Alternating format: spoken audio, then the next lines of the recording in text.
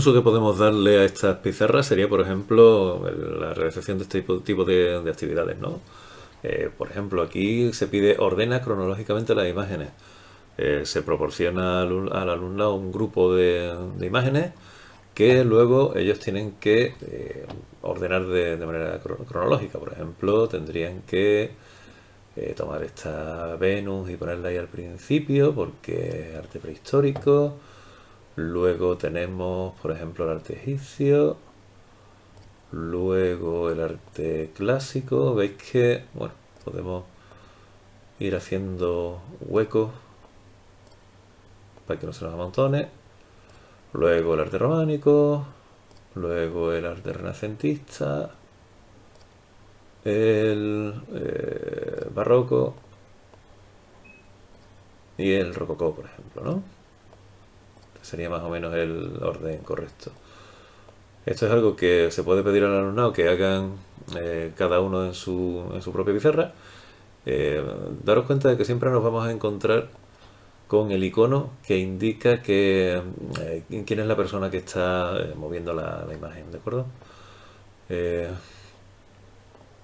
manera bueno, podemos utilizar esto no tanto como un ejercicio, sino como una forma de abrir un debate en el aula sobre un tema determinado, ¿no? Sobre si comprenden realmente en qué orden se dieron los distintos estilos artísticos, por ejemplo, o cualquier otra cosa que se os ocurra a vosotros. Vamos a ver algunos ejemplos de actividades interactivas que se pueden hacer con los chavales utilizando Jamboard. Tenemos aquí, por ejemplo, una posibilidad que es hacer una tormenta de ideas. Recordad que los alumnos pueden añadir elementos y pueden modificar los que hay, ¿de acuerdo? Un posible uso de Jamboard. Podemos crear, por ejemplo, una pizarra o un marco en el que sometamos un tema a una tormenta de ideas por parte de los chavales, ¿no? Por ejemplo, a ver, queremos hacer una excursión. Bueno, pues se les pide que escriban en una nota verde el sitio que más les gusta y en una nota azul, por ejemplo, la segunda elección. Y si queremos enrevesar mucho más la cosa, en una nota naranja, por ejemplo, el sitio al que no quieren ir de ninguna de las maneras. De manera que los alumnos van añadiendo en este marco, ¿a dónde? Bueno, pues resulta que aquí hay un alumno que dice que quiere ir a Barcelona. Y si no es a Barcelona, pues a Salamanca. Y otros alumnos pueden añadir los destinos que prefieran. ¿Vale? En nuestro caso, nosotros simplemente añadiríamos el título, los dos espacios, uno verde y otro naranja. En el verde escribimos la tarjeta a dónde y en el naranja para hacer qué. Y son los alumnos los que irían añadiendo en cada uno de los dos espacios pues cuáles son sus preferencias a la hora de elegir un destino para una excursión y qué es lo que quieren hacer. Bueno, que uno quiere hacer ver museos como segunda opción, pero preferiría hacer senderismo. Y con esto podemos, por ejemplo, ir tratando de definir cuestiones alrededor acerca de esa excursión, ¿no? Otra posible idea, otro posible uso. A ver, ¿a qué movimiento artístico pertenece? Mueve cada obra al recuadro adecuado. Tenemos aquí 4 recuadros, cada uno con una etiqueta: surrealismo, impresionismo, expresionismo y pop. El alumno tiene que colocar cada una de las obras en el sitio correspondiente. Por ejemplo, el pop aquí, el expresionismo sería este, esto sería una obra impresionista y esto sería una obra surrealista, ¿vale? Tener en cuenta que todos los alumnos están trabajando sobre la misma pizarra. Es decir, que tenemos que tener muy controlado qué es lo que van a hacer los chavales y por otro lado no podemos utilizar esto como herramienta de evaluación, sino más bien como herramienta de debate. Como herramienta de evaluación ya tenemos los cuestionarios, por ejemplo. Pero a menos que estemos trabajando quizá con alumnos muy pequeñitos, esto serviría más bien para establecer un debate entre el alumnado para comprobar qué conocimientos previos tienen sobre un tema, por ejemplo, cosas pero el estilo, ¿no? Otra posibilidad. Fijaros que en este caso he puesto todas las imágenes apegotonadas en el mismo sitio, en el centro, están una encima de otra, y tenemos aquí dos ejes, dibujístico, pictórico, expresionista o naturalista, y se le pide al alumno que sitúe cada una de las obras pues en un sector u otro, ¿no? Por ejemplo, esta en concreto, que es dibujística o pictórica, pues más bien tirando a pictórica. ¿Y qué es expresionista o naturalista? Bueno, pues esta es más bien tirando a naturalista.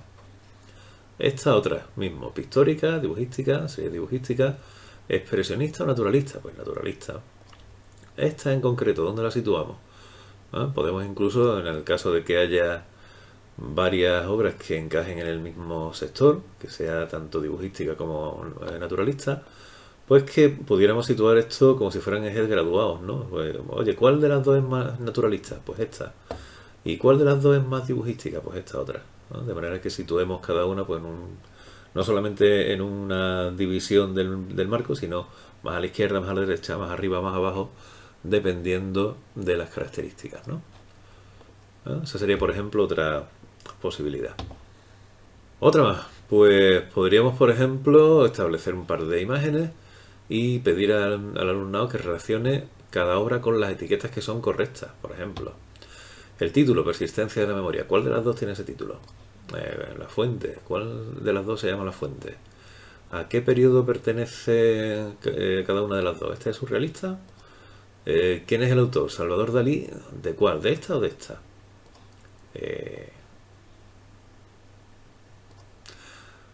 A veces pasa que se nos olvida enviar al fondo los elementos que tienen que estar en el fondo. En buen momento de corregirlo siempre, tenemos que estar pendientes. Esto es una actividad que tenemos que hacer los alumnos en casa y nosotros pendientes de lo que hacen por si hay errores y cosas así. ¿Vale? Seguimos añadiendo las etiquetas, la técnica utilizada, ready-made en este caso, a qué movimiento pertenece, así por ejemplo. ¿De acuerdo? De esta manera se le dan una serie de opciones y el alumno tiene que decidir con qué obra están relacionados con cada una de ellas. Quien dice con qué obra, dice con, yo qué sé, con qué periodo histórico o con qué reino animal, ya dependiendo de la asignatura de cada uno, ya se os ocurrirán mil maneras de utilizar este tipo de estrategia, ¿no? O esta otra, que se me ocurre dos formas distintas de hacerla. Por ejemplo, la pregunta es cómo se producen los colores y el profesor puede dejar en esta zona, por ejemplo, una serie de respuestas y pedir al alumnado que las sitúe en un sitio u otro. ¿Vale? El color depende de la velocidad con la que viaja la luz. La roja viaja más despacio que la violeta. ¿Es verdad o es mentira? Se puede pedir al alumno, por ejemplo, que la sitúe en una zona o en otra. O también se puede pedir al alumnado, nosotros simplemente establecemos este círculo y esta división. Y luego la etiqueta es verdad y eso no es verdad. Y lo que pedimos al alumnado es que vaya creando etiquetas con afirmaciones que ellos creen que son ciertas y que las vayan situando aquí. De manera que nosotros utilicemos esas afirmaciones para ir sondeando qué es lo que saben y para ir también pues, puliendo un poquito cuáles son los conocimientos que tienen afianzados y cuáles son aquellos que bueno, pues presentan algún tipo de duda o que son erróneos. ¿De acuerdo? En este caso, pues sería, en el caso de que yo estuviese como profesor tomando las ideas que ellos han aportado y situándolo en un sitio u otro, pues sería una cosa así, por ejemplo, ¿no?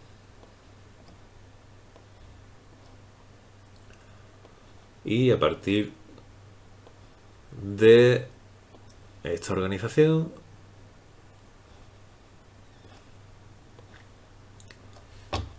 de las afirmaciones que han hecho los alumnos, pues podemos ir introduciendo el tema. Ya tenemos más o menos claro cuáles son las ideas erróneas que tenemos que eliminar y cuáles son las ideas correctas que tenemos que reforzar. ¿Vale? Esto lo he presentado como distintos marcos dentro de una misma pizarra. Se puede hacer de distintas maneras. Pero aprovecho para mostraros que también si estamos trabajando con distintas tareas, queremos a lo largo de un día utilizar distintas tareas dentro de un marco, pues podemos, si os fijáis, dentro del icono este en el que tengo el número de marcos y el número de orden en el que estoy, puedo desplegarla y puedo pasar de una a otra con facilidad sin tener que saltar de una a otra. Y también en un momento determinado, a partir del icono este de los 3 puntos en el marco correspondiente, pues puedo o bien duplicar o bien eliminar una diapositiva. ¿De acuerdo? Bueno, son Algunas estrategias de las que podemos poner en marcha, seguro que a cada uno de vosotros se ocurren muchísimas más, y más teniendo en cuenta que cada uno pues tiene asignaturas muy diferentes. Pero lo interesante de esta herramienta es que es muy sencilla de editar. En un ratito no solamente hemos aprendido nosotros a utilizarla, sino que podemos enseñar a los alumnos a utilizarla también correctamente en, en una sesión apenas. Y eh, a partir de ahí, pues ya entra dentro de la imaginación tanto del profesorado como del alumnado los usos que se le puedan dar a la herramienta. Creo que con esto podemos dejarlo ya por hoy. Hasta luego.